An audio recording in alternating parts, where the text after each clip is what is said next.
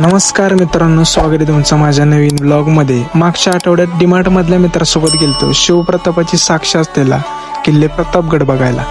तर चला, एवढा शांत रोड आधी कधीच नव्हता जेवढा आज आहे. रोडच्या कामामुळं बाकी काय नाही. दुपारचे वाजलेले 12:30 तेवढ्यात आम्ही पोचलो प्रतापगडच्या पायथ्याला. 4वी-5वीच असताना घरातल्यांबरोबर आलतोय, नंतर मागच्या वर्षी एकदा आलो आणि आज 4 जण येणार होतो पण 2 कॅन्सल झाले. ठीक आहे, आयुष्य नाही. गड सोडून थोडा वर आलं की आपण येऊन थांबतोय गडाच्या मुख्य दरवाजापाशी, म्हणजेच महादरवाजापाशी. आज काही गर्दी नाही त्यामुळं पटपट गड चढून वर आले. आमच्यासोबत 2-3 फॅमिली होत्या. त्या एका फॅमिलीमध्ये लहान मुलगी पण आहे, ती पण गड चढून वर आली. वा. महादरवाजाच्या आतली मोठी तोफ बघितल्यावर आम्ही डायरेक्ट येऊन पोचलो मराठा साम्राज्याच्या अस्मितेचं आणि स्वाभिमानाचं प्रतीक असलेल्या भगव्याकडे.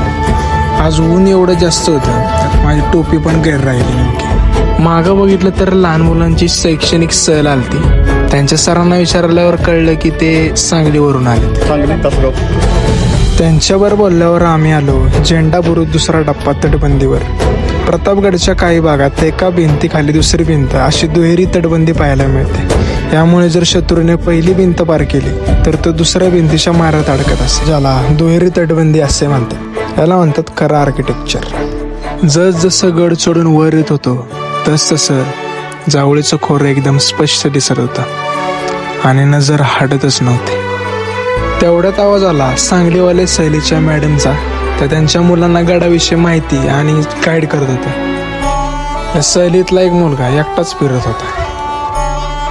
महादेव मंदिराकडे जाताना आम्हाला हनुमानाचं पण दर्शन झालं. जय बजरंगबली.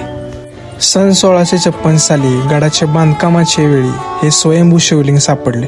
पूर्वी महाराज महत्वाचे निर्णय श्री केदारेश्वर मंदिराच्या समोर दरबाराच्या जागेत घ्यायचे.